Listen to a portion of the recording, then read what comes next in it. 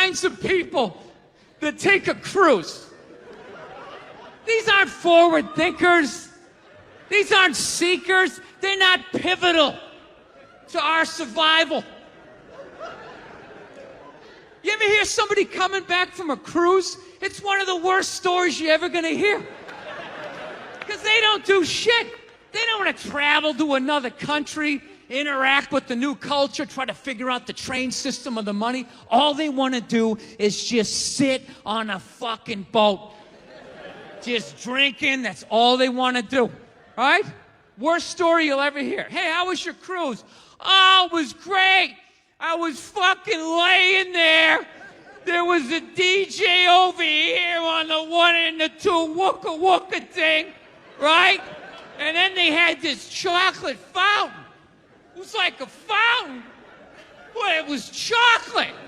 And you stuck the toothpick in the food, and you stuck it in the chocolate, and you stuck it in your mouth.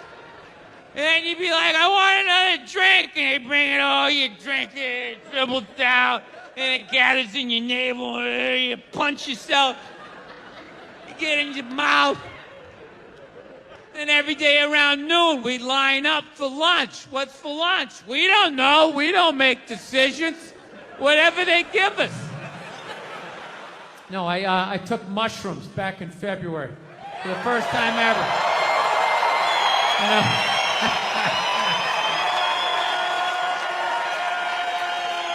This is the perfect state to tell this story. You guys should literally you should have mushrooms on your fucking license plate. All right, so here's the deal.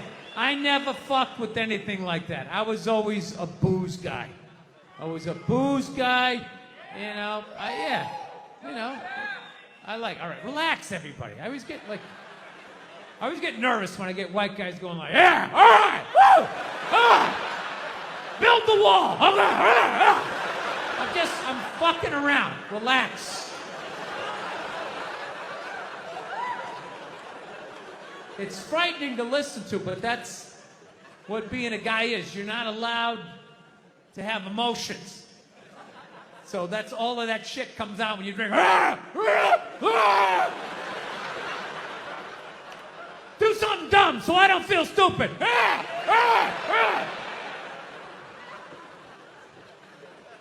So, yeah, I was always like a booze guy, so like I never fucked with like psychedelics or whatever. So I think, it was just one of those deals. I was out in the desert, man, and I was like, all right, I got somebody watching my kids, everything's fine. I'm in my 50s. If I gotta do it now or I'm never gonna do it, right? So this person who may or may not have been my opening act tonight goes, all right, man.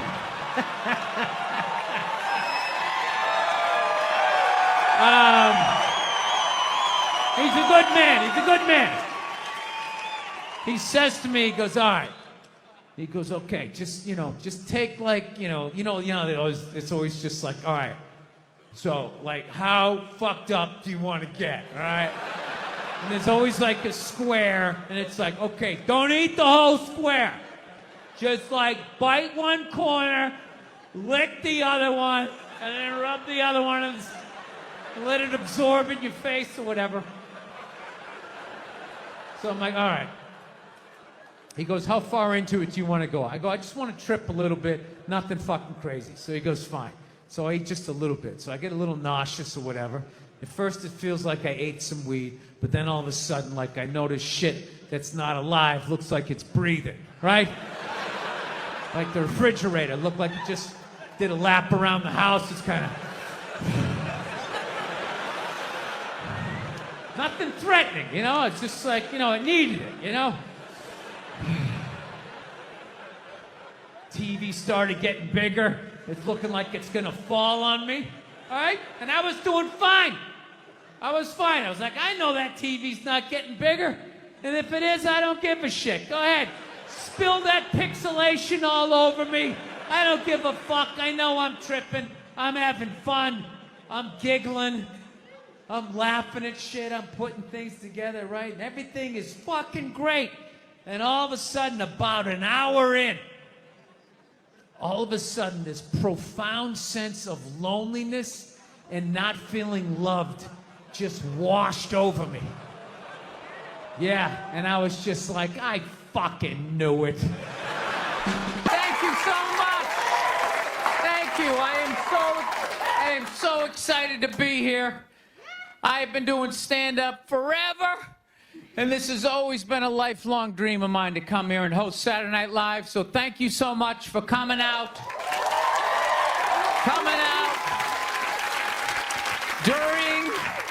During these difficult times, you guys all look like surgeons with your masks on.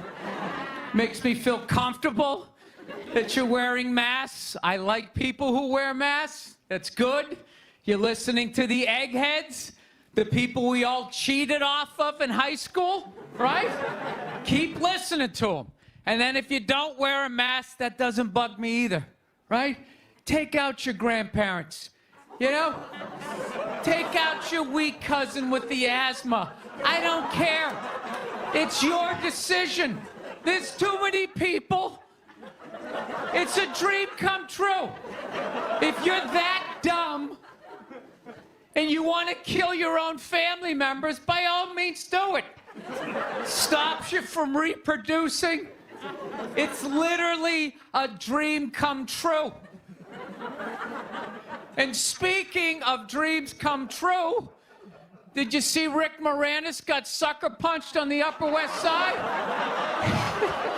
New York is back, baby! New York is back! Yes! We lost our edge there for a minute. City started looking like a giant Bed Bath & Beyond, and then bam! Oh, Ricky took one in the chops. It had to happen. That's what happens when you stick an M&M store in Times Square. All right? The universe has to balance itself. Get the peep shows back in Times Square. Old people can walk safely 40 blocks away. I don't know. I'll probably get canceled for doing that joke, you know? How stupid is that cancel thing? They're literally running out of people to cancel. They're going after dead people now. They're trying to cancel John Wayne. It's like, yeah, dude, God did that 40 years ago. They're all up in arms. They're like, did you hear what he said in that interview in Playboy in 1970? Can you believe that? It's like, yeah. He was born in 1907. That's what these people sounded like. You never talked to your grandparents and brought up the wrong subject, and all of a sudden it went off the rails. Like, oh, grandma. Just keep making the cookies. Yeah, you don't bring up race or religion with your grandparents. You keep it simple. Anyway, I don't know. I guess my grandparents are older. I don't know. Plowing ahead. Plowing ahead. Let's talk white women here, shall we? Let's talk white women. White women, you're amazing your accomplishments over the last few years. I got to tell you, the way white women somehow hijack the woke movement, generals around the world should be analyzing this. Just to refresh your memory, the woke movement was supposed to be about people of color not getting opportunities, the at-bats that they deserved, finally making that happen. And it was about that for about 8 seconds. And then somehow, white women swung their Gucci-booted feet over the fence of oppression and stuck themselves at the front of the line. I don't know how they did it. I've never heard so much complaining in my life from white women. My life is so hard. With my SUV and my heated seats. You have no idea what it's like to be me. Trashing white guys. The nerve. Where's the camera? The nerve of you white women. Listen, I don't want to speak ill of my bitches here, okay? I know, but let's go back in history here, okay? You guys stood by us toxic white males through centuries of our crimes against humanity. You rolled around in the blood money, and occasionally when you wanted to sneak off and hook up with the black dude, if you got caught, you said it wasn't consensual. Yeah, that's what you did. That's what you did. So why don't you shut up, sit down next to me, and take your talking to.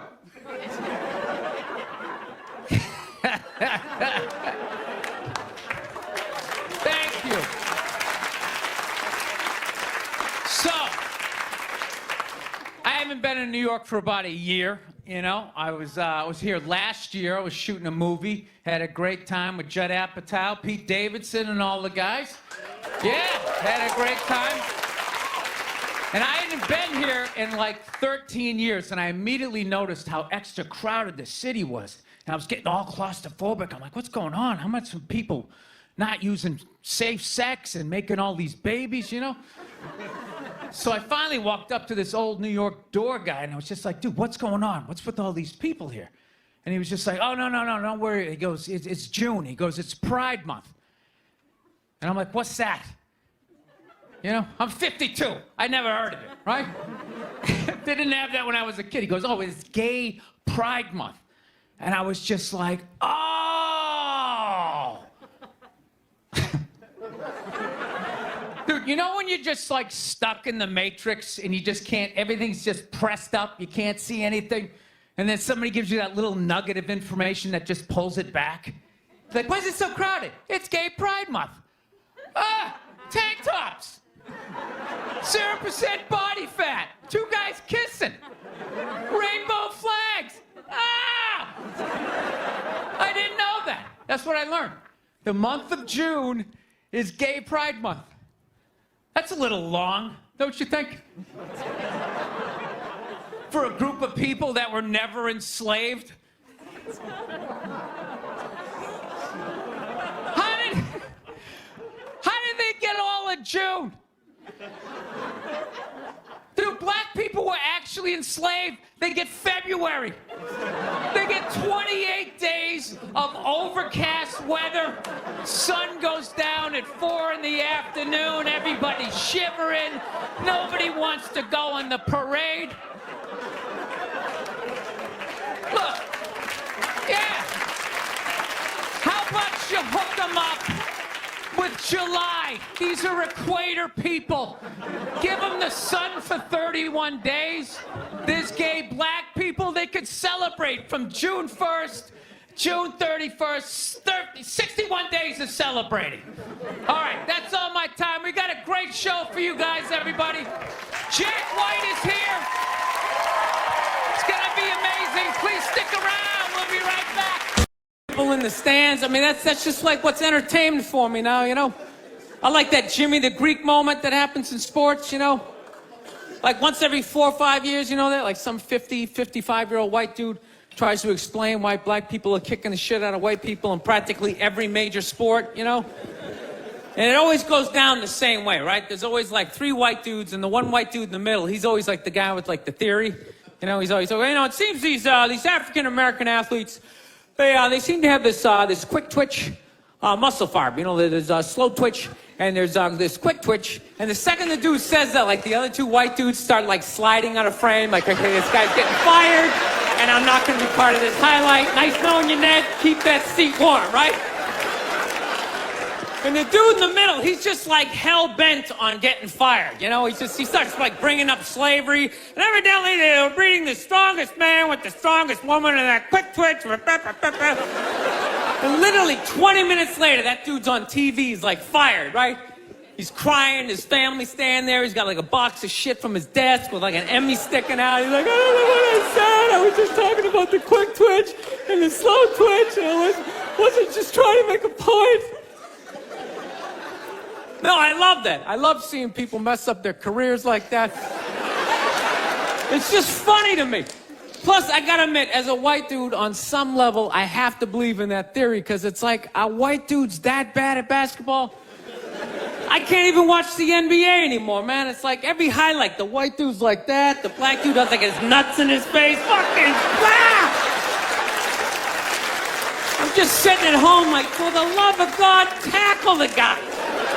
Jesus Christ, get out of the way. Do you ever get tired of those two nuts flying over your head? You know you're gonna be on Sports Center. Just get out of the way.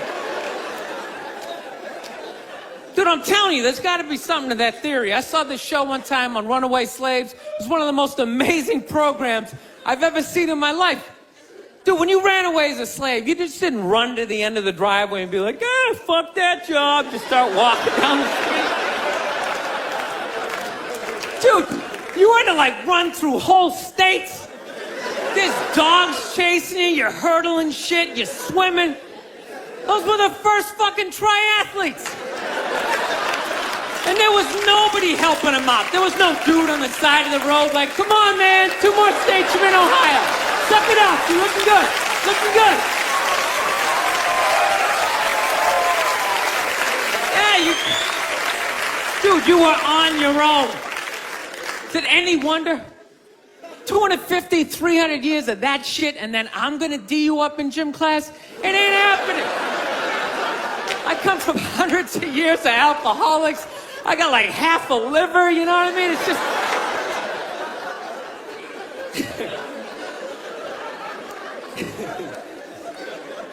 You know what's funny to me about that stuff? You can't even like, you know, I obviously know that theory's crazy, but it's just like, you can't even bring up how well black people are doing in sports. Everybody gets all weird about it, which I don't understand because it's like a compliment, you know?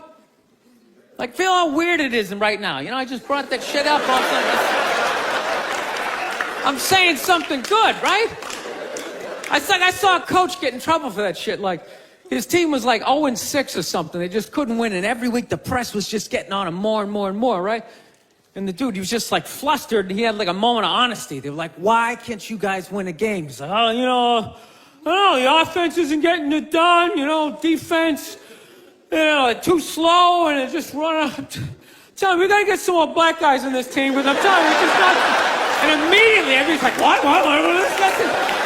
Everyone started freaking out like they had no idea what this dude was talking about. It's like, are you watching Sports Center? Or do you see the Olympics? Like, I love the 100-meter dash, right? There's always like 9 black dudes and that one token white guy in like lane 8. And I'm just sitting there going, come on, man, one time. Just one time, just win the bronze, just do what you gotta do.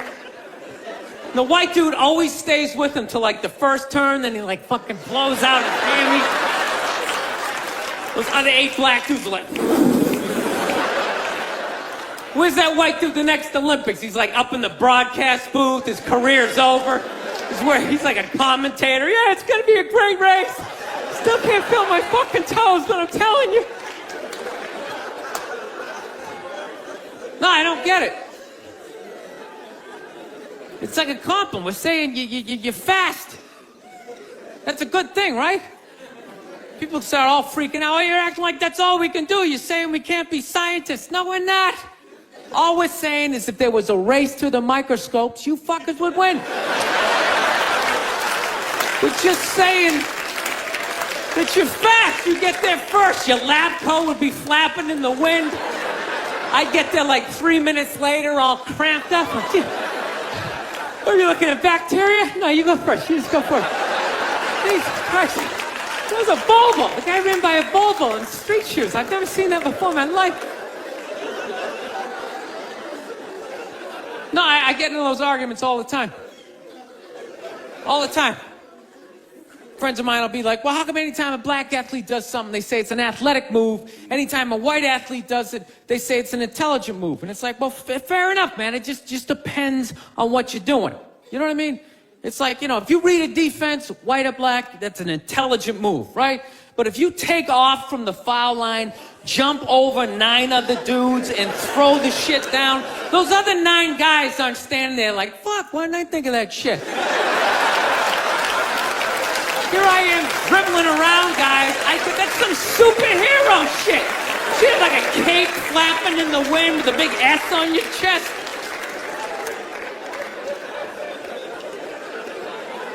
I'm telling you, man, that's the funny thing about Hitler. Just let me finish. Let me work my way through this idea. No, that's my favorite sports clip is that Jesse Owens shit. I just love it because their whole angle was fucked up. He made Hitler leave in like the third quarter, right? He's putting down his number one finger, just fucking walking out of the stadium. Jesus Christ. Their whole thing was like, we are going to create a superior race. It's like, dude, I think we accidentally already did that. Now we send a select group of people to the gym every day for a couple hundred years. It's paying dividends. They're fucking dunking on us every day. Dude, how quiet was that limo ride home with Hitler? You know what I'm saying? You know he was talking crazy shit when they were on the way there. They were all amped up. We are going to dominate, Sieg Heil, just going off. That whole ride home, they're just sitting there all quiet.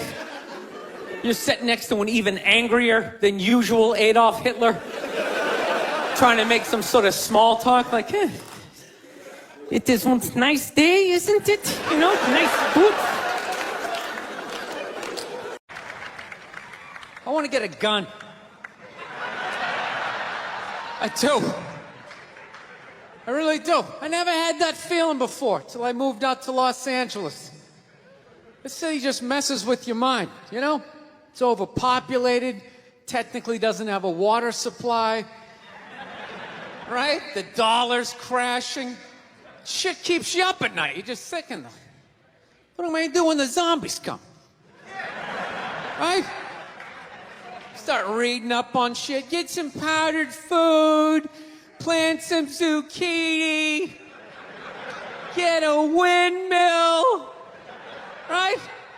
And that's all well and good. But if you don't know how to fight, all you're doing is gathering supplies for the toughest guy in the block.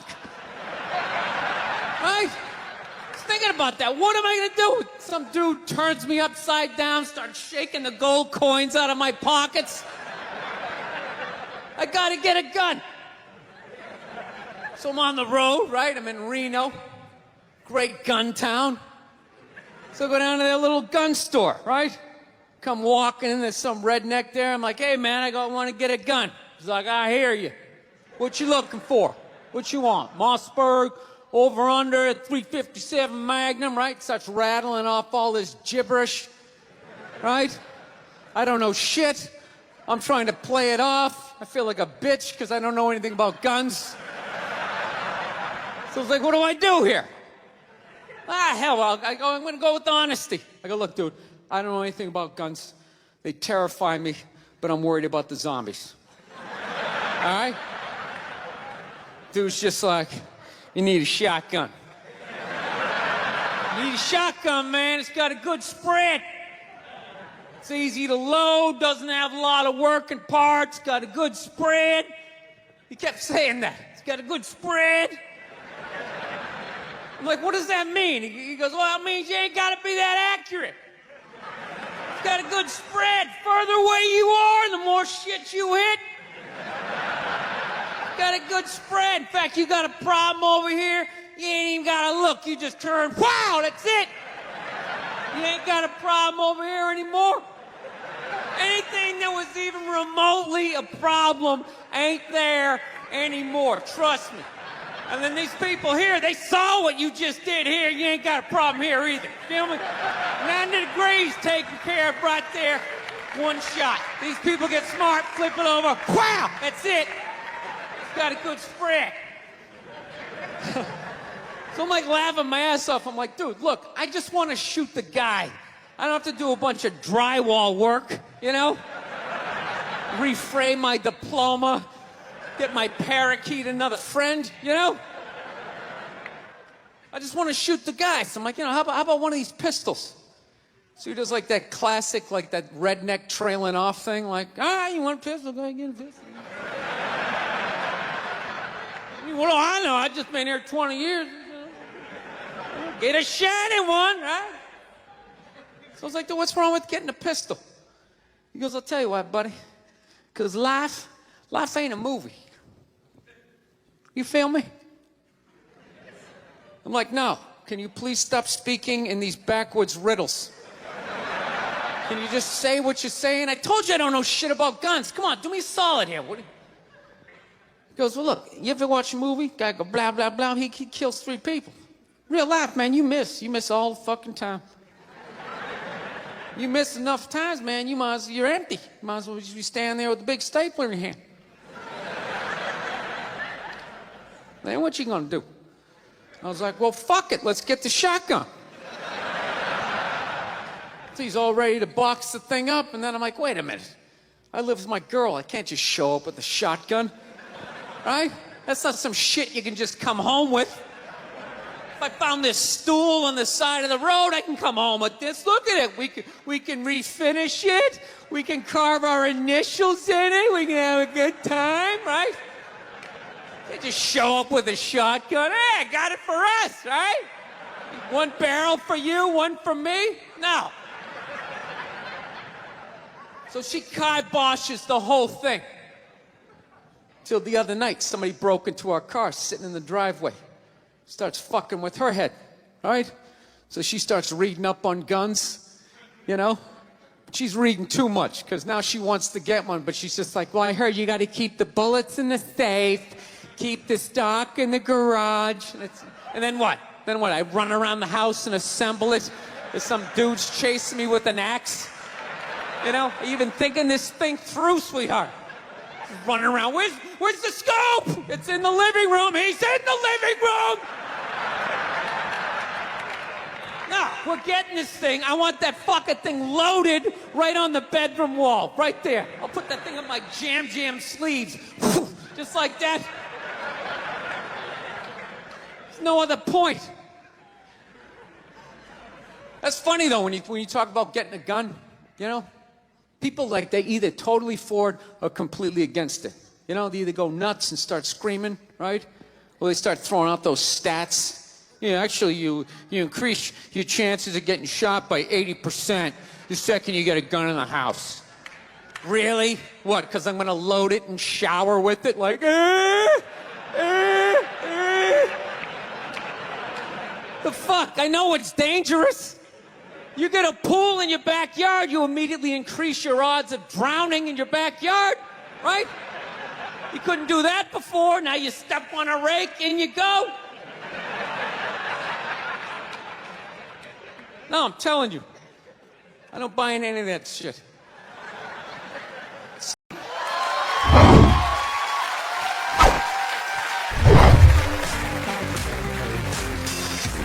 All right, thank you. Thank you very much.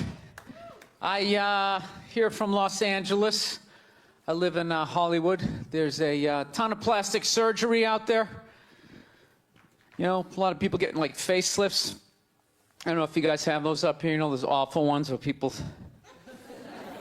start to look like, you know, little Filipino, you know. You got a little Filipino? Yeah, 52-year-old white guy. Yeah, that's how. Why would you get a facelift?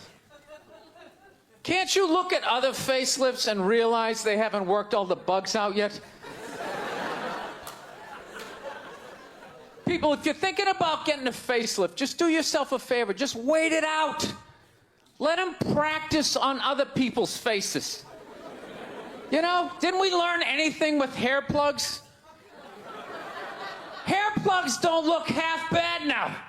Saw this commercial the other night. The guy's like, oh, God, I wish I did this 10 years ago. It's like, no, you don't.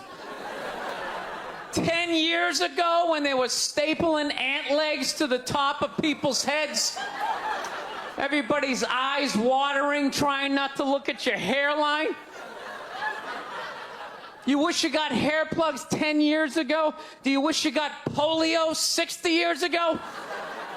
Are you even listening to what you're saying historically? I'm telling you, the facelift, you can't do it, man. Why can't you just be your age? There's nothing wrong with being 50 and looking 50. Like, what would you rather be, 50 and look 50, or be 50 and look like a 28-year-old lizard.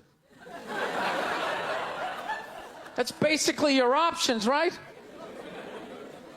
I'll tell you what the problem is, is that the facelift is actually a white problem. I've never seen a black guy with a facelift, ever. Other than like the Jacksons, but they're all out of their minds, right? But I've never seen a black dude with a facelift, ever.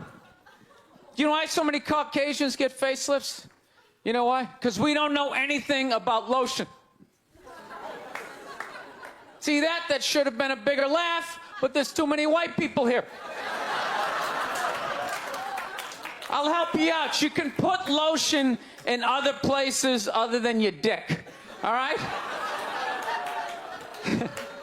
If you ever wondered why your dick looks brand new, but your face, you're starting to look like an aging pirate, because you need to increase the circumference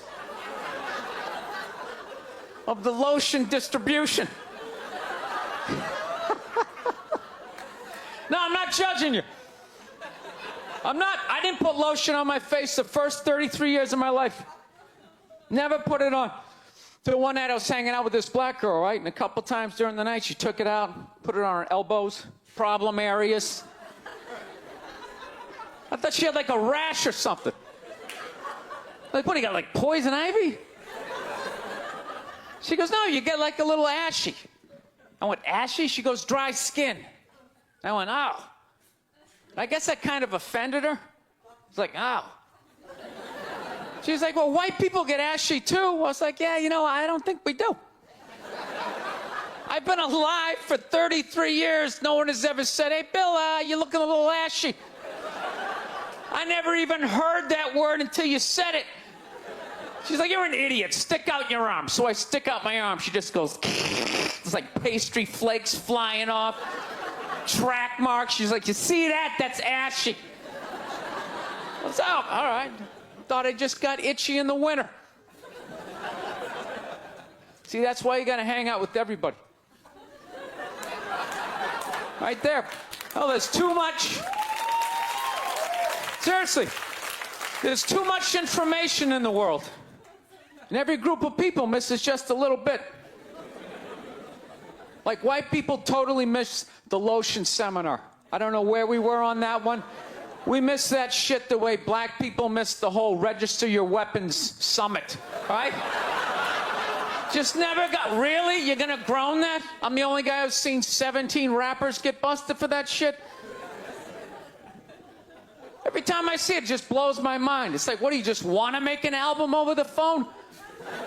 Why would you do that? Is that like the new auto-tune? No, it breaks my heart. Every time I see it, I just think, God, if he just had one white friend. One white friend in his entourage. The dude would have been standing there all dried out, itching like, dude, is that thing registered? Dude, are you serious? That's like 3 to 5 mandatory. Get that the fuck out of there. So, thank you.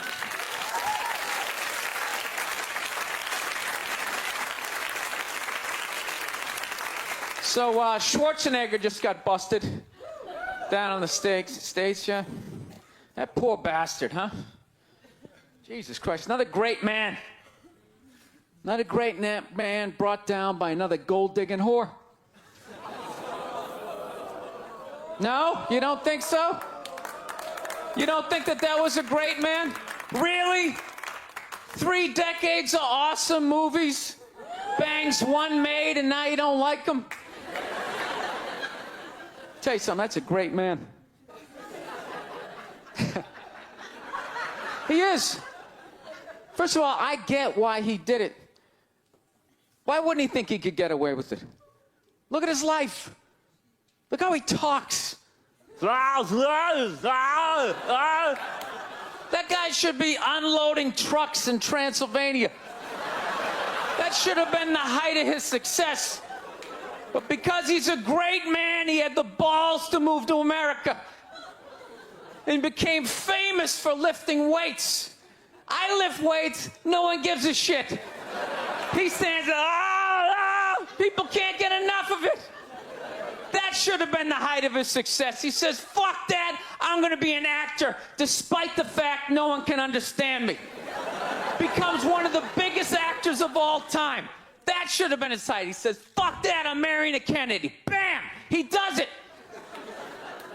Cherry on top, he becomes governor of a state he can't even pronounce. Why wouldn't this guy think he could bang his maid in his own goddamn bed and not get away with it? This guy has been in the zone for 4 decades. Give me the rock, I'm feeling it. I had a hit movie with a midget. This is a layup. I don't even need a condom. You guys are great. Thank you very much. Thank you. Thank you. Thank you very much. How are you? How's it going? Yes. Nice to be here on such a fun week. I know. I don't want to hear it. I don't watch politics. So, we're going to keep it light. All right? Here we go. All right. Well, I just got over the flu, which is fantastic. You know what I mean? Had it last month. Whenever you have the flu, like or like COVID, you know, you always lay in bed and you try to like figure out who gave it to you. You know, just going through this Rolodex of people that coughed on you, sniffled near you, walked by an Asian or something. You try to fight it. You like, they say on the internet, that's where all the disease comes from. I know who gave it to me. I sat next to a shoeless cowboy on an airplane. Guy had no socks or shoes on the whole flight. The whole flight, I'm sitting there looking at his dirty Jesus feet. And all I'm thinking is the next pandemic is growing in the bottom of his feet. And all I'm going to be is the next, you know, patient number 2, whatever the next disease is, you know? So, I'll tell you what kills me is I looked at the guy and all I'm thinking is, yeah, like, you know what? God made that guy. You know, and he keeps making that guy. Like one mouth-breathing moron after another.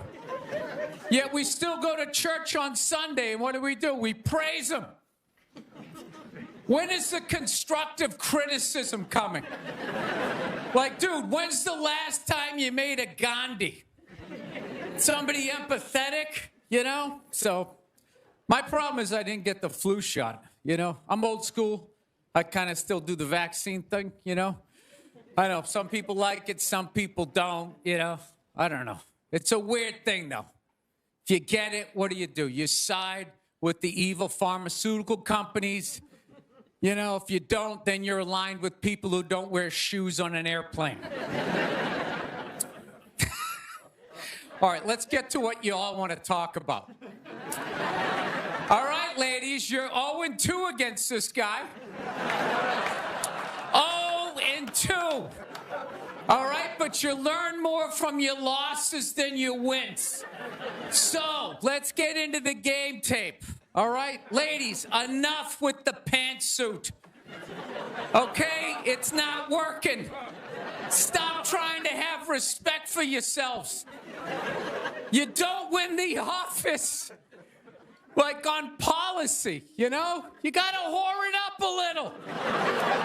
I'm not saying go full Hooters, but find the happy medium between Applebee's and your dad didn't stick around. All right? You all know how to get a free drink. Okay? And I know, listen, I know a lot of ugly women, feminists, don't want to hear this message. But just tease him a little bit. Make a farmer feel like he's got a shot. Swing a state over a little bit. I'll be honest with you, I am so psyched that this stupid election is finally over. It took forever. Like, you know? Yeah. Everybody knew who they were voting for 4 years ago. And then they just drag you through a year and a half of this stuff. Like, who was sitting there watching the debate, like, still not decided? Two of the most polar opposite people ever. It's like, all right, let's see. What does the orange bigot have to say? How about the real estate agent that speaks through her nose? Oh, there's a point. This is so difficult. It's like they overlap. I just can't make up my mind. I'll be honest with you. I can't believe Trump didn't win this thing like 4 months ago. You know? I know that's weird for younger people to hear, but like when I was a kid, if you were running for president and you got shot and you didn't die, that was the end of the election. There was nothing you could say, right? Everybody would just be like, this guy's the man. He is the king. I don't know. I'll be honest with you. I think the number one reason like Trump survived is all those herky-jerky movements that he does. You just can't like nail the guy down. I gotta be honest, the guy is a lunatic. I mean, he literally got shot and immediately jumped back up and started yelling in the direction the bullets were coming from, unarmed. That's not a sane human being. I would have been on the ground crying in the fetal position, like, all right, give me the truck. I don't want this job anymore. Just tell her she won. Tell her she won. But Trump's got all those weird, coming out. I think the guy couldn't get like a bead on him, And like right as he pulled the trigger, like Trump was just like, and Sleepy Joe, and the bullet went by his head.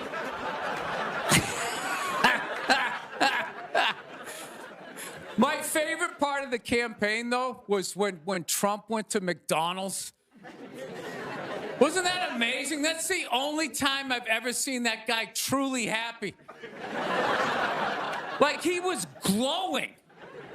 When he got behind the counter, it was like he was behind stage at like Springsteen or something.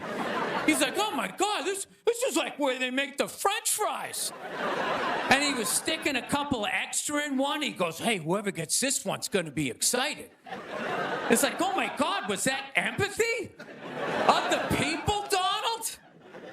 It's like when the Grinch came down the hill, bringing the toys back, and his heart got a little bigger. All right, we'll end on something nice here. I fell asleep the other night. You ever fall asleep like watching TV? You like leave it on, and you wake up at 3 a.m, and whatever you're watching makes you feel like you're still dreaming. Yeah, I woke up at 3 a.m. I swear to God, Shaquille O'Neal was selling me printer ink. Standing there 7 feet tall. Hi, I'm Shaquille O'Neal. Are you paying too much money for your printer ink? Every day, people come up to me and they say, I'm paying too much money for my printer. He's holding a printer. It's like the size of a cell phone. People come up to me. I'm paying too much money. And I'm like, well, I have the solution. Dude, is there no end to that guy's credibility? I thought when he was selling Buicks, that was the end of it. It's laying in that little car, the mid-sized Buick Century. This is the most comfortable car I have ever been in. He's got one foot out one window, the other foot out the other. If I was regular size, this is the car I would buy. It blows my mind. Doesn't he even have like $1 billion at this point? It's like, why are you still working? Take a weekend off, you 9-foot whore. Give somebody else a chance. All right, that's it. We got a great show. Stick around.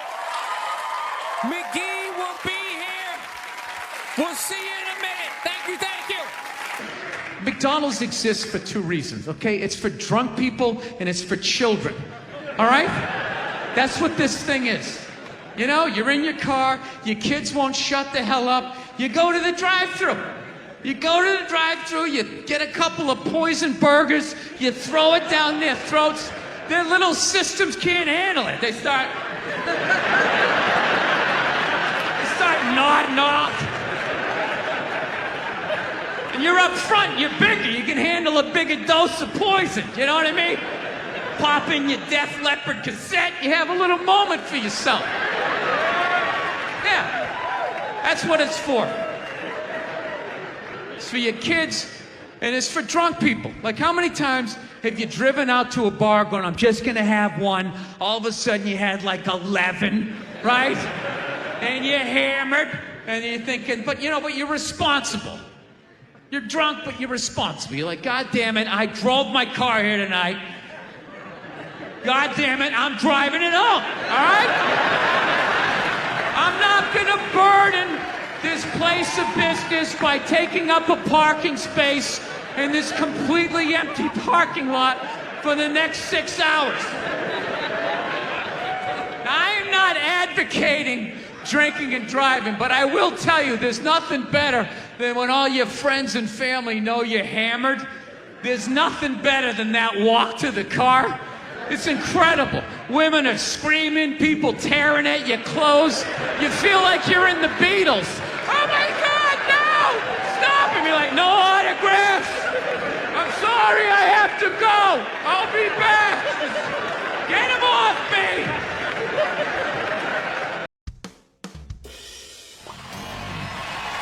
All right, thank you. Thank you very much. How are you? Please be seated. Good evening. Thank you. Welcome. Welcome to this lovely theater here in downtown Montreal. It's unbelievable. Can't understand you. Female voice does not travel well. I don't know what it is. Up close or in a whisper can make your dick hard, but beyond 10 feet, it just sounds like a couple of birds fighting over a French fry or something, you know?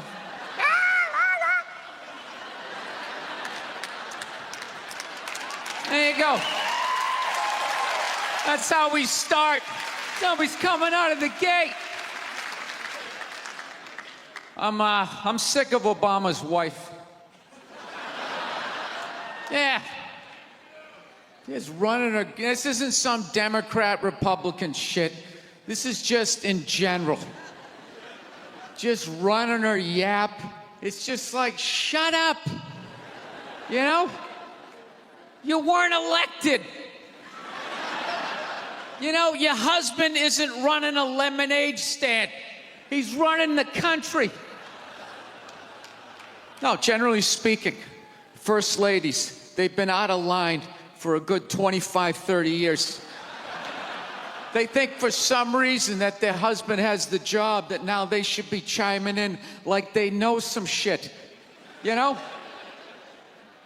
Dude, if you had a leak at your house and you called the plumber and the plumber comes in and he starts fixing it, what would you do if 5 seconds later his wife, who isn't a plumber, comes walking in? Well, I think we should route it over here. It's like, shut up!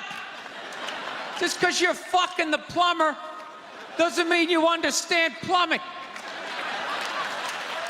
Okay? Now, this is all like my fears because they're trying to tell us down south there that they're starting to gear up for Hillary Clinton to be running for president, saying I think that would be a good thing. Yeah, people clapping. What is that based on? Based on what? I don't get how she became a senator. That's shocking to you? She went from never holding political office to immediately being a senator. Why? Because she was fucking the president? Should Tom Brady's wife be the next quarterback of the Rams? Does he have some sort of magical powers? Like, you suck at sports? I couldn't throw it all, and then he fucked me, and I just picked up this ball, and I was just lacing it in there. It was incredible.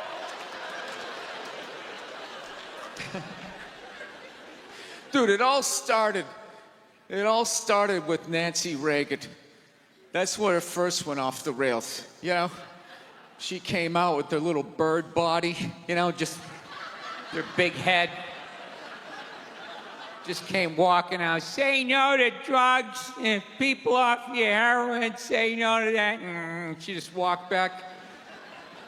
Hillary had her stupid health care plan.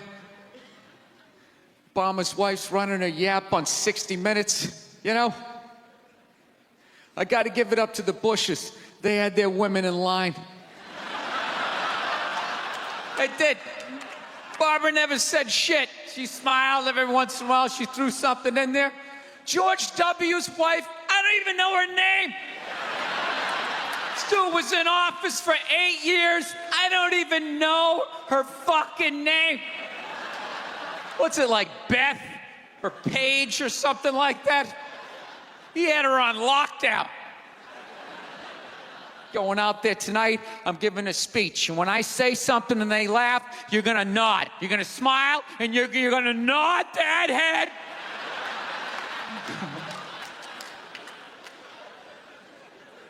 Is this how it's gonna be? Really? Do you think like me saying this is somehow gonna affect? She's still gonna win. Listen, let me ask you this question. Do you think that a woman being president is gonna affect anything?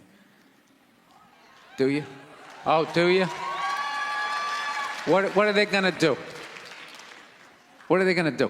What the fuck is she gonna do? Do you know what the president makes? The president makes $400,000 a year. That's it. He's supposed to keep bankers in line that get like $100 million bonuses. I'll tell you, if you really want, nothing's gonna change, okay? Black, white, dick, or clam. It doesn't make a bit of difference. Nothing is gonna change until somebody's got the balls to start a group, go over the wall of one of these gated communities, and you start slitting some throats. And not just random throats, the right throats.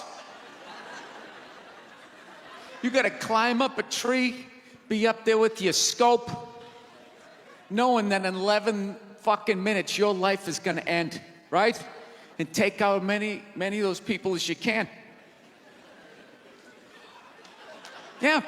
Other than that, it's just gonna be a pair of tits saying the same shit to you. I'm staying in a hotel, everybody.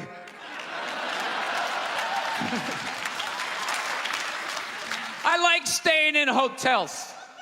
They make me feel comfortable. I feel safe in a hotel. You know, you got the lobby.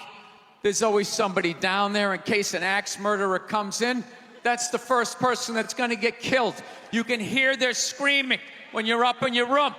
Gives you a chance to plan. Barricade the door, you know, turn on the shower, hide in between the mattresses, right? Little misdirection. Back in the day, I used to stay in motels. I hated staying in motels. Could never feel safe. You were lying in a bed 2 feet from a door that just opened up out into a parking lot. Anybody in the world could just come walking up, kick the door open, you motherfucker, just drag you out of the bed. And you're just lying in that bed, so not ready to have a fight to the death. Sitting there half naked, like nodding off. Meanwhile, there's some guy on the other side of the door with a chainsaw, like. You're lying there like, it's kind of early to be trimming the hedges. And when that dude comes through that door, you lie to yourself as a man that if something like that happened, dude, I'd just jump up, grab a lamp, let's fucking do this. You know what the reality is? Most people, the best you could do is maybe make a weird noise. Just be like, and that would be it. That would be it. That dude just come in. The last thing you'd see is just ceiling carpet, ceiling carpet, ceiling carpet, ceiling carpet, ceiling carpet. Looking upside down back at your own body, right? I will say this. What I do enjoy about this theater is nobody has told me it's haunted. Anytime you go into a theater, they always give you the history. It was built 1948. It was a tribute to Rocket Richard. Everybody chipped in, blah, blah, blah, blah, blah, blah. And we have a ghost. His name is Michael. I immediately lose all respect for anybody over the age of 8 that still believes in ghosts. It's like, really? You still believe in specters? and goblins? What is the end game of being a ghost? I don't get it. You can go anywhere you want to go in the world. You're just gonna stay in a basement for the rest of your life? Just waiting for once every 6 months somebody comes down to check the boiler and you get to be like, "Mwah, ah." Why wouldn't you go somewhere? Dude, I'd fly right to Washington, D.C., fly right into the CIA building, just start sitting in on meetings like, these guys are out of their fucking minds. Fly to the Super Bowl, go right into the huddle. I always wondered what they talked about. Been in a bad mood all day, man. Got in a fight with this girl the other day. You ever meet somebody like within like the first couple of minutes of them meeting you, they feel like they can like sum you up?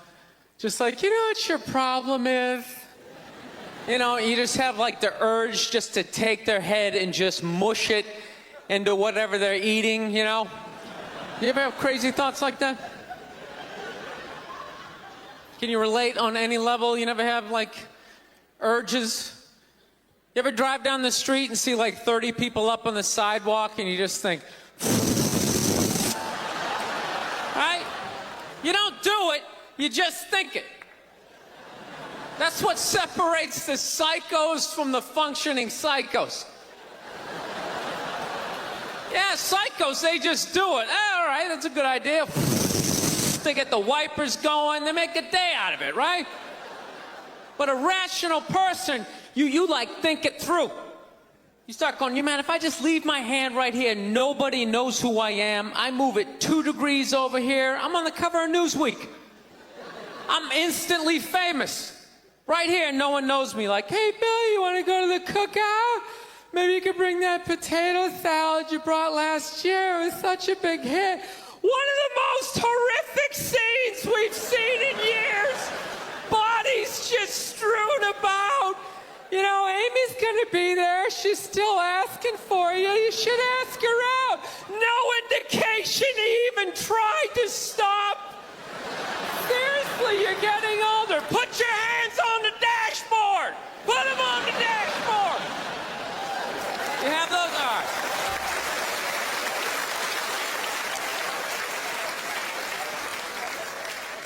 No, I have that stuff all the time. I do. My girl took me to a street fair recently, right? You guys have street fairs out here? You know, they close off the block. There's like shawarma. There's like stuff made out of buttons, right? People with no teeth are making keychains, right? It's a typical girlfriend idea. It sucks, and it's gonna take all Saturday, right? She's all excited. She's like swinging my arm. Oh my God, this is gonna be great. I'm like praying for lightning. Maybe some like scaffolding to fall down on me, you know? No, we show up, right? The first thing she sees is this big table and nothing but homemade jewelry, right? Homemade jewelry. It's got twigs, macaroni in it. It's a table of crap. It's crap. The whole thing is crap. But she loves it. She's like, oh my God, look at these earrings. Do you like these? Do you think these are nice? I just want to be like, no. If they were nice, they'd be in a store, all right? There'd be a roof, some sort of structure would be built around this. This is crap. This is just a table of crap. The guy's even wearing shoes. That's a good indication that this is crap. But I didn't want to ruin a day, so I'm like, yeah, go ahead, check it out. I'm going to go get some air. Even though we're outside, I think there's more air to be had, right? So I walk like 3-4 tables away, and I come up to this lady. She got this big table of nothing but muffins. Muffins, right? It's like 85 degrees out. She's selling muffins, and she's got this big stupid, look at the muffins I made, look on her face. And the second I saw that part of my brain was just like, dude, what would happen if you just walked up and just said, hey, lady, these your muffins? Oh, yeah? And I just started going, blam, blam, blam, blam, blam, blam, blam. Like, how many of these muffins could I mush before anybody did anything? I mean, realistically, I think I could have got the whole table. Because even if you saw me doing that, it would take at least 5 to 6 seconds to process. Like, did they say he could do that? Is it like a game? Do you eat the muffin off your fist? That just seems like a waste of pastry. You know, there's no security at a street fair. There's no bouncer staying there. He's mushing the muffins. Okay, I'm on it. Sir, we're gonna have to ask you to leave. And he just choked me out. So I just started thinking of the horrified look on this lady's face as I started slamming these muffins. And out of nowhere, I just started laughing like a maniac. Oh yeah, I'm like slumped over this fried dough cart. I'm dying. My girl looks at me. She's like, what the hell are you laughing at? And like an idiot, I actually tried to explain this screwed up thought to her. I swear to God, I'm just sitting there like, I was just thinking, what if I started punching the muffins? You know what I mean? I just started punching them. She's just looking at me like, why do I go out with you? Dude, but I swear to God, if I never broke eye contact the second I started hitting those muffins, that lady, she wouldn't even been able to call for help. I would have been in her head. She'd be like, did I go to high school with this guy? Why would you do that? Muffins are a happy food. I don't understand this. No, I gotta learn to let stuff go.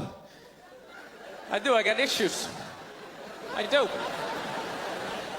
My neighbor got her dog fixed. Got this dog neutered, brand new dog, puppy.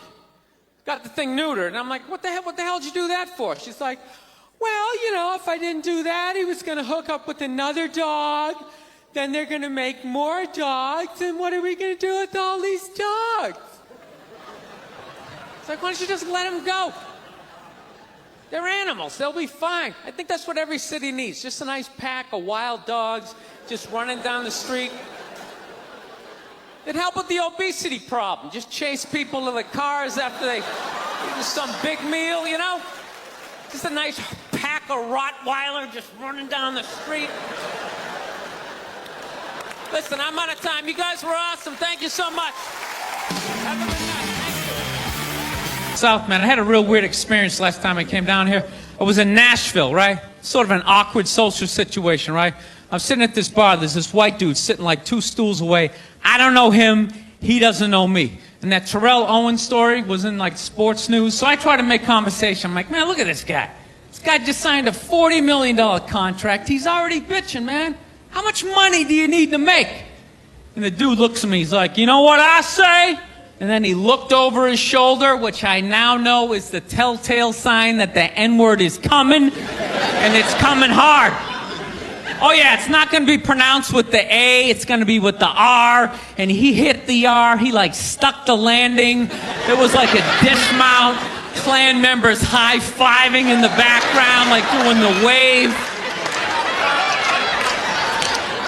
Just out of nowhere, so now immediately I'm looking over my shoulder like, dude, what the hell are you doing?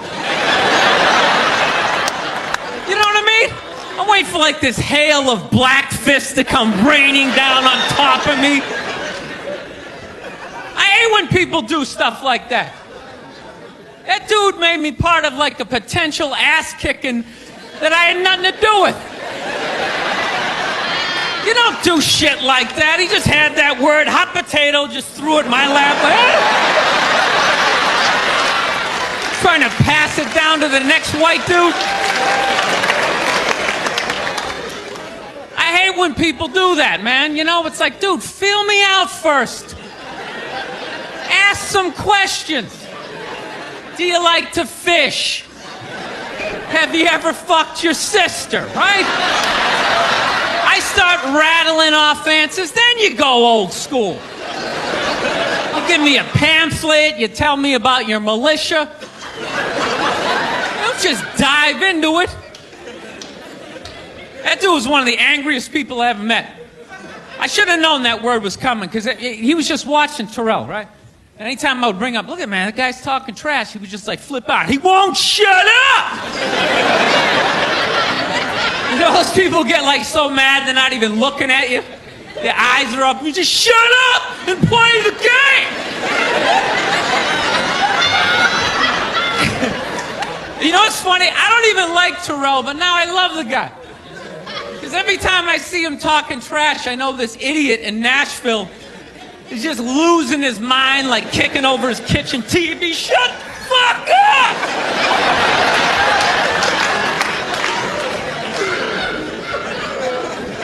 I like violence, man. I am. Not like when it happens to me or if I see it live. I like watching it on TV, you know? Watching people, you know, get attacked by animals. Just get blasted in the face or something, you know? Like, I'm a huge sports fan. You know my favorite, like, moment of, like, the last year was in sports? That Detroit Piston, Indiana Pacer, bench climber and brawl. Wasn't that great? That was one of the greatest things I've ever seen. I was so confused when I watched ESPN that night. They were like, that was absolutely disgraceful. Basketball fans, it just must be it. I'm sitting there looking like, I'm a basketball fan. I loved it.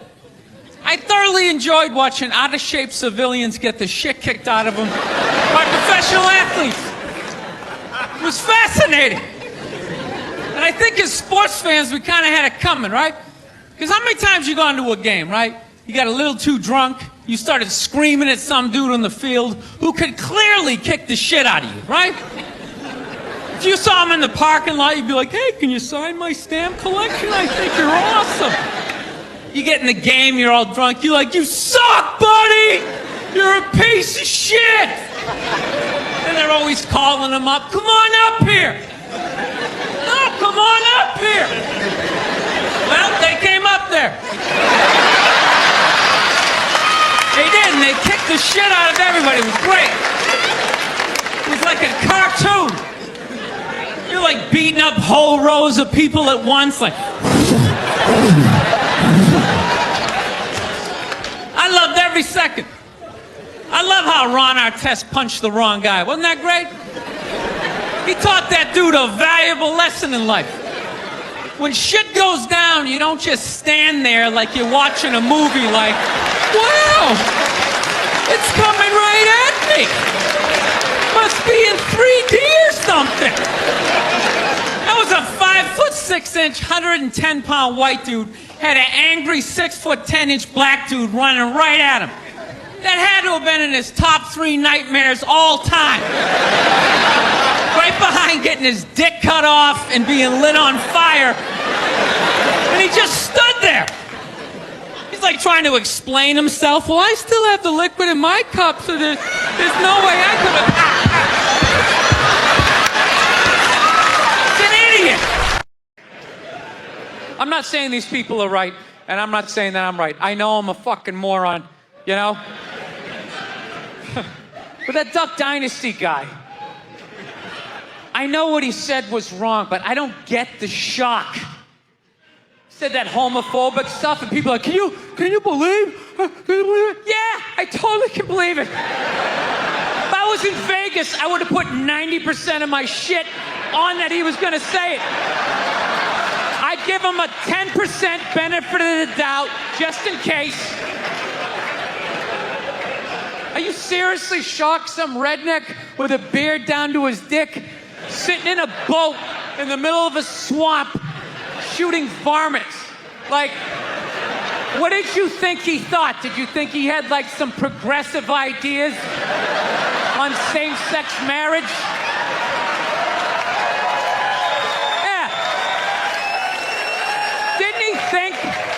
Didn't he think exactly what you thought he thought, you know? I think all of that shit comes from the church. They just fucking brainwash you. You know? You come down, don't clap, I don't read, follow someone else. I'm telling you, they brainwash you. Coming to the church, your brain's all empty, they just fill it up like a jelly donut. Brainwash you. Say what we say when we say it. Say it again, then you can go home to your toys. All right, I'll say it. I'll say it again. Now can I go home to my toys? Right? And you repeat everything they say. The good, the bad, and the fucking horrific. They stick a star in your forehead. You're a big boy. The big people like me. You get on with your life. Life can pass you by. It happens. You know, you just keep living and living and living. You know what it is? I think you got like 25, 30 years to absorb as much as you can. And then that's it. That's all you know. Because right around then, you get married. And it's over. Right? You have a couple of kids. You're sucked in the bubble. You don't have time to pay attention to what's going on in the world. You're just stuck with these kids. It's shitting all over the place. Don't be a serial killer. Don't touch that. You're just stuck in that. You have 3, 4 kids. That is a 25-year sentence. Trying to get them all through college. And society just keeps fucking going. You get the last one through college. You step back out of the bubble. You don't know what happened. You're not even paying attention. You go back to your old record collection. Right?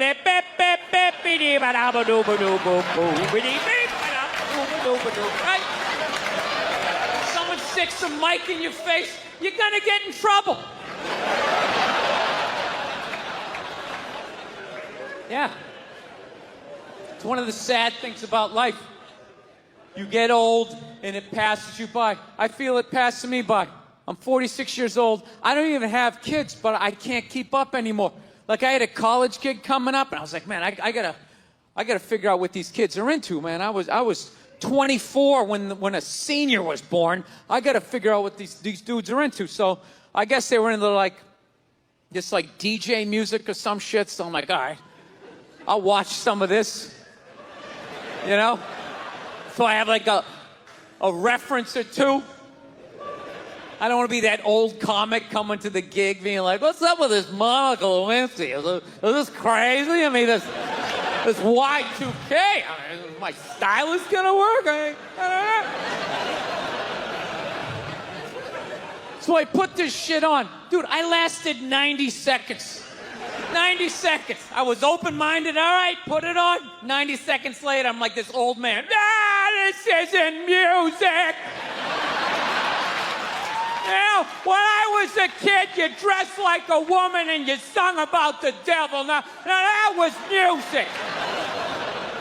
I don't know what it is. I don't know what the fuck is going on. But I think white women started it.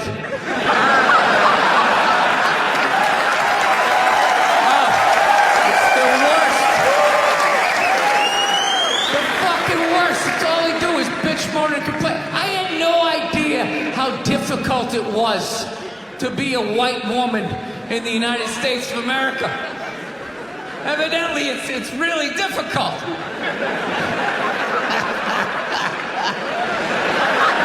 Yeah, they're always bitching. Do you have any idea what it's like to be me? Well, I imagine it would be slightly less awesome than my life.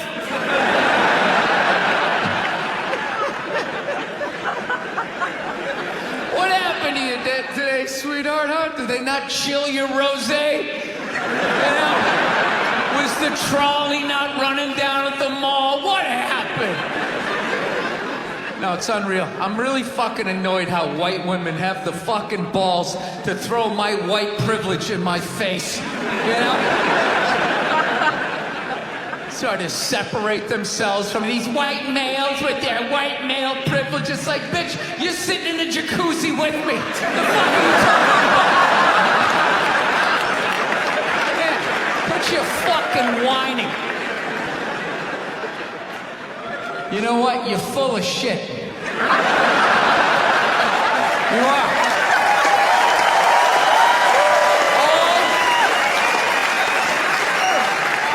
Feminists are full of shit, because I'm going to tell you right now, someday there's going to be the first woman president. All right? Which means you don't even know what her fucking platform is, and you automatically cheer. It's got the same genitalia. I'm telling you, they're not feminists, they're not as smart as they're coming off, I'm telling you. Someday, there's gonna be... By the way, this is gonna be my last show ever, by the time this fucking thing comes out. Someday, there's gonna be the first female president, which means there's gonna be the first male first lady, right? And you wait, you fucking wait. The first time that dude opens his mouth about some political shit, you watch all these feminists throwing me, you shut the fuck up! You shut the fuck up! It is her time now. It is her time. She was elected, not you.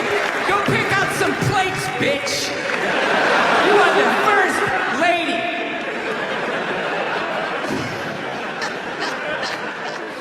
All those feminists are full of shit, because I'm going to tell you right now, someday, there's going to be the first woman president. All right? Which means you don't even know what her fucking platform is, and you automatically cheer. It's got the same genitalia. Fucking, I'm telling you, they're not smart people. Feminists, they're not as smart as they're coming off. I'm telling you. Someday, there's gonna be... By the way, this is gonna be my last show ever, by the time this fucking thing comes out. Someday, there's gonna be the first female president, which means there's gonna be the first male first lady, right? And you wait, you fucking wait. The first time that dude opens his mouth about some political shit, you watch all these feminists throwing me, you shut the fuck up! You shut the fuck up! It is her time now. It is her time. She was elected, not you. Go pick out some plates, bitch. You are the first lady.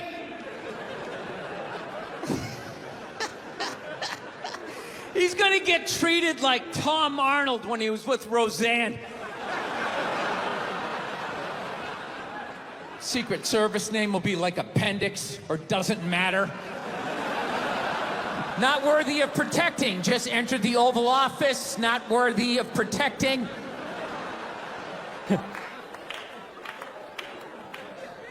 Actually, I got a couple of friends of African persuasion, and I gotta get rid of them, man. I gotta admit to you. I'm finding I'm spending too much money on clothes hanging out with them. Because I gotta, like, fucking try to keep up with their wardrobe. It's like every time they go out, they got all brand new shit on.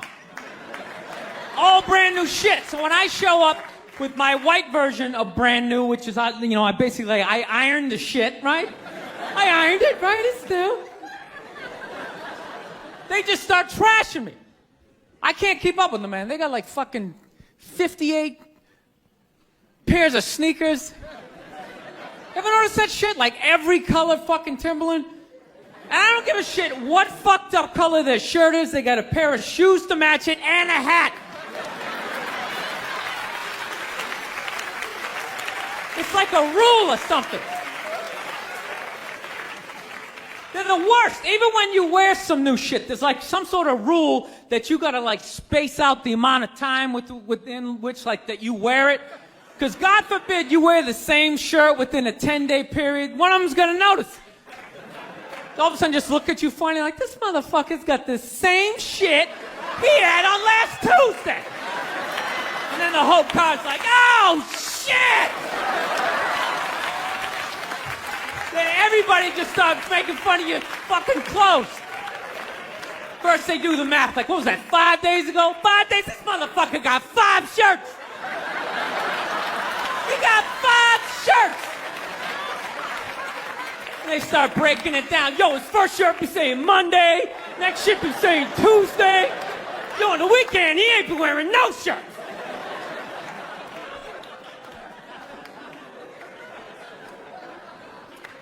I'll tell you, it's actually funny. You know what? That's actually how I judge black guys now. When I first came to the city, like, all black people scared me. No, I was like the typical white dude from like the suburbs, you know what I mean? Had no frame of reference, you know? So my only frame of reference with black people was like, remember those early 90s gangster rap videos. Throw the fucking LA riots in there, man. It was fucking horrible PR. I'm watching the videos. Look, he's got a nice car, he's got all the women, and he's still fucking mad. These black dudes are never happy. But after 10 years of living in the city, this is how I narrow it down. Whether a black dude scares me or not. Black dudes with dirty sneakers scare the fucking shit out of me. No. I figured out in my head, because I know from hanging out with them, that's the last shit that they're gonna let go. The immediate shit that they have on. So I think, you know, if his sneakers are fucked up, that means his life is fucked up. Every time he leaves his building, the whole neighborhood, oh, shit! Everyone starts making fun of him. He's on the train in a bad mood. I kind of have this howdy-doody, kind of mug-me kind of face. I'm not saying something's gonna happen, I'm just saying, I'm paying attention. So I've been seeing this girl recently, this black girl, right? She lives up in Harlem, you know, gone out like 3-4 times, you know. First time we hung out in like the Village area in New York, you know, which is sort of like a racially mixed area. So shit was cool, you know what I mean? Second time we hung out was more like Midtown, you know. Then the third time, she called me at like 3:30 in the morning, and she wanted me to come up to her apartment, right? So it's 3:30 in the morning, she lives in Harlem, I look how I look, so it's a fucking situation.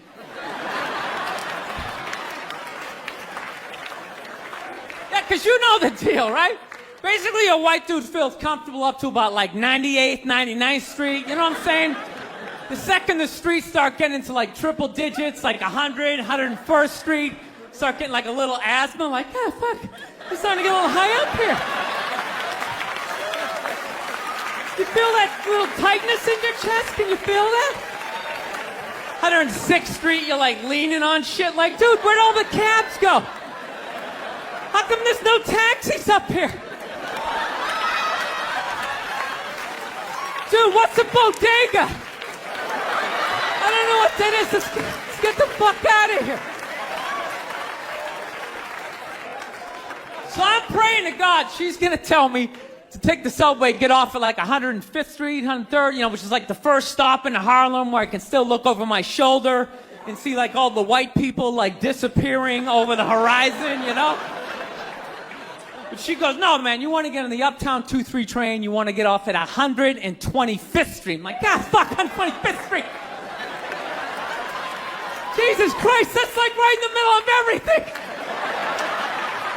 I'm gonna be surrounded on all four sides. I can't fucking do this.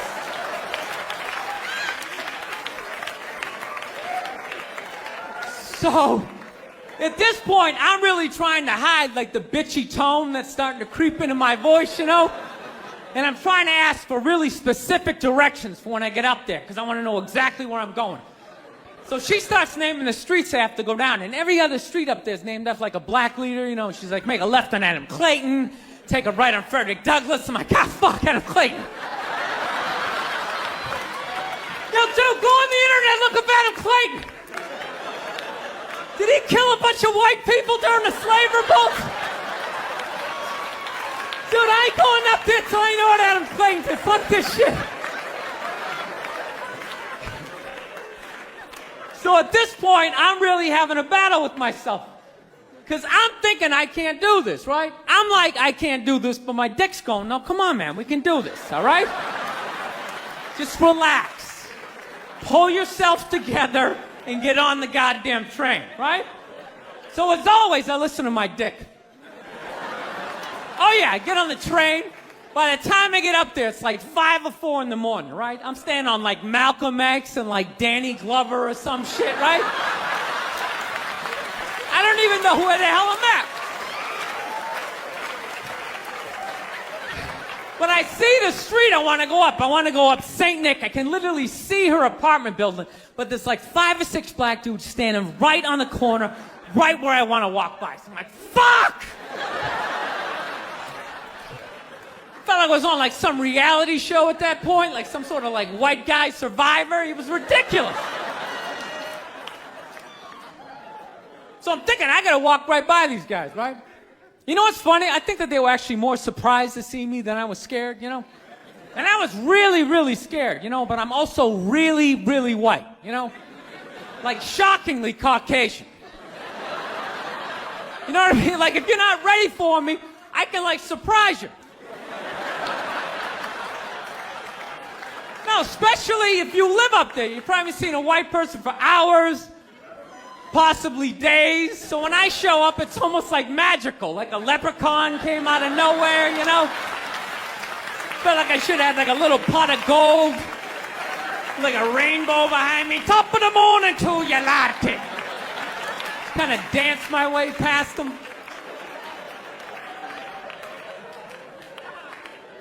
But it's been going all right, you know? Once I get in her apartment, I'm fine, you know? I relax, sit down, you know, watch a hip-hop countdown. Pretend like I know the groups, you know what I mean? It's just getting there that's a fucking pain in the ass. But, you know, I don't get mad at it, because I figure, you know, black dudes got to go through the same shit, though, right? When you go out to the suburbs, go fuck a white girl, right? Just that same awful feeling of just leaving your people behind, you know, just less and less of you as you're fucking driving out there. Probably start off lean and you're all fucking cool. 20 minutes in, you're driving like 10 and 2, the radio's up. Like, dude, I don't like this shit. I don't like this shit at all. There's too much grass, I don't see any rims. This is fucked up. None of the windows are tinted. I can clearly see white people in every car. This is fucked up. Listen, you guys were awesome. Thank you so much for coming out. We realized that, I don't know, we always fight about the television, so I'm like, well, what about documentaries? Why don't we just tape something we both like? We both love documentaries. They're fun, right? You watch them, you learn something, you repeat it at a party, people think you read. So I tape, you know, first one I tape is on Elvis Presley. So I sit down and I'm watching this documentary as a white dude, which is what I am. I'm looking out my white head, watching this white shit. It's coming back into my white eyes, getting whiter by the fucking second. Right? Now my wife, on the other hand, she's black, right? So she starts watching this shit as a black person, right? And she's seeing all the racism, obviously, that I'm seeing, but she was catching all this subtle shit that I was too white to see, but I knew I was missing it, because I just kept hearing her huffing and puffing, just sitting next to me being like, and I'm just sitting there like, okay, somebody did something.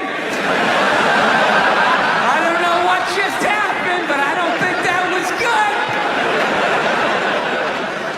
So right when I didn't think it could get any worse, it could get any more uncomfortable between the two of us, this fucking white dude comes on who evidently discovered Elvis. And he's like 190 years old, and he comes out, starts talking. He's just like, well, basically, I was looking for a white boy that could take the down and dirty, nasty blues and combine it with the pristine, angelic sounds of bluegrass. Yeah, that's what he was doing. He was subtly putting black shit down here while he was propping up the white shit. You know, the down and dirty, daddy not sticking around, drug-infested neighborhood blues with the Jesus as white as me, hair the color of the sun, angelic bluegrass playing music, right? So at this point, my wife has like fucking steam coming out of her ears. So I make a judgment call. I just fucking shut it off, right? And she looks at me, she's like, why did you shut that off? Why did you shut it off? I was like, because you're about 3 minutes away from yelling at me like I produced this music. One time she was watching this show, it was like a poor excuse for The View, and they started talking about domestic violence, right? For the 9 millionth time this year, they're talking about domestic violence, just in case, you know, you didn't get the memo, you know? Evidently, you know, just some people didn't get it. It's not okay to slam your wife's head into the cupboard drawers because she didn't dry the can opener off properly, you know? It's gonna fucking rust, right? How do you not know not to do that shit? Do they really have to keep talking about it? Who it's like wife beaters watching? Oh, fuck! Ah! Now I get it. Upset daisy, sweetheart. Here we go. There you go. Oh. So at the end of the hour, they come to the logical conclusion. They're like, there is no reason to hit a woman. There is no reason to hit a woman. And I was just like, really? I could give you like 17 right off the top of my head. You could wake me from a drunken stupor, I could still give you like 9. Dude, there's plenty of reasons to hit a woman. You just don't do it. But to sit there and suggest that there's no reason. Dude, the level of ego behind that statement. What are you, levitating above the rest of us? You're never annoying? Women, how many times have you thought about slapping your fucking guy in the head this week? There you go. Every day. You didn't do it, right? Oh, dude, it drives me nuts. There's no reason. There's no reason. Really? No reason? How about this? You marry a girl, you fall in love, you buy her a house. You go to work every day, paying off the house. You come home one day, she's banging the next door neighbor, hands you divorce papers. You got to move out, sleep on a futon, and still pay for that house that she's going to stay in. No reason. I'm not saying you should do it, but there's plenty of fucking reasons in that arc of a story. No, that's the thing. Really is. That's the thing. I hate that saying there's no reason. Obviously, I'm not saying to hit a woman, you know. But saying there's no reason, I think that's crazy. When you say there's no reason, that kills any sort of examination as to how two people ended up at that place. If you say there's no reason, whew, you cut out the build-up, you're just left with the act. How are you going to solve it if you don't figure it out? Look how awkward it is in here right now. I said you shouldn't hit a woman. I'm just saying, how come you can't ask questions? You can only ask questions about what the guy did. You can never ask about the woman. Why is that? Why is that? What is that? What does answer him right mean? What does that mean? Are you the idiot who got up halfway through the special during the bit and you're like walking around like I'm not fucking taping a special here? What's wrong with you? What's wrong with you? Fucking had to ignore all of that and now you're gonna like yell out? And not only that, yell something that makes no fucking sense whatsoever? Answer him! Answer him! Every fucking special I do, there's always one. Always right down the fucking middle. Talking about hitting women, sweetheart. And I think you just added another reason. Jesus fucking Christ. You love this. I'm not even in a relationship with her, and she's fucking nagging me.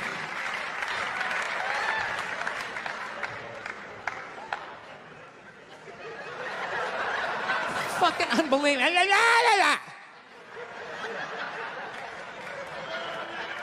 Look, I understand hitting a woman's a bad thing, okay? Well, how come you can't fucking ask questions? I just don't understand. Like, if I get bit by a rattlesnake, wouldn't you guys have some questions? Right? How did it happen? Did you not see it? Were you fucking with it? How did this snake get so mad it almost killed you? Firemen put out a fire, they don't just drive away afterwards, they sift through the debris. How did it start? Here's an oily rag, right? Look, I realize I'm coming off pretty ignorant right about now. I realize that. Let me extend an olive branch then, okay? I realize that there's some animal guys out there, okay? Horrible guys, you know, have a rough day at the factory, come home, tuna casserole, and just start swinging. All right? I'm not trying to say that those people don't exist. I realize they exist. They should be buried underneath the prison, okay? So if I can admit that, ladies, can you at least admit that every ass kicking doesn't just fall out of the fucking sky? Really? Even hockey has 2 minutes for instigating, right? They understand that some back and forth happened before that shit, you know?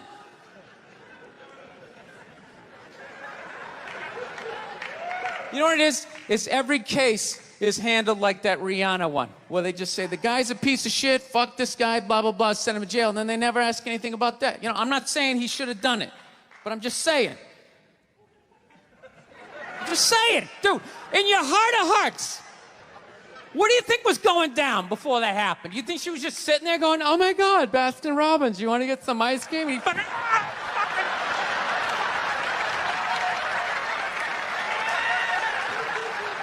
you know? Or do you think maybe they were having some epic end of the relationship fight and some crazy shit was being said? Maybe she was screaming in his ears some crazy female shit like, go fuck all your friends, I don't give a fuck! Maybe that's why I sell more albums than you, motherfucker! Right? To be fair, she could have just been sitting there going, I need a tissue. Do you keep those in the glove box? Oh my God, I'll bring my out! I'll bring my out!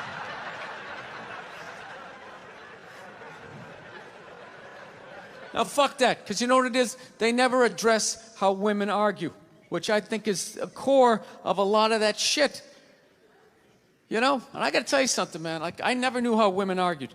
But after 20 years of losing every significant battle in a relationship, I finally figured out how they argued. I'm gonna tell you something. I'm starting to turn this franchise around. I have begun a winning tradition. This is how they argue, as far as I can tell.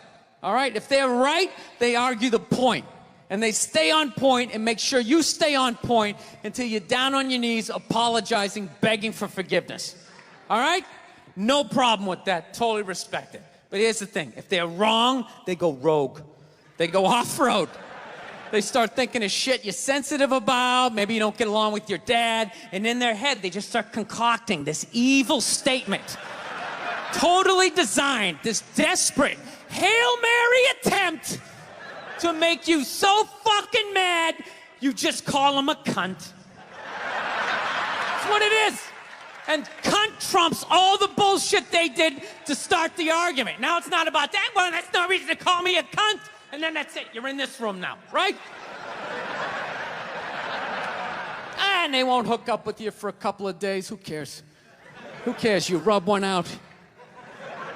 Rub one out like a man. It's the champagne of victory.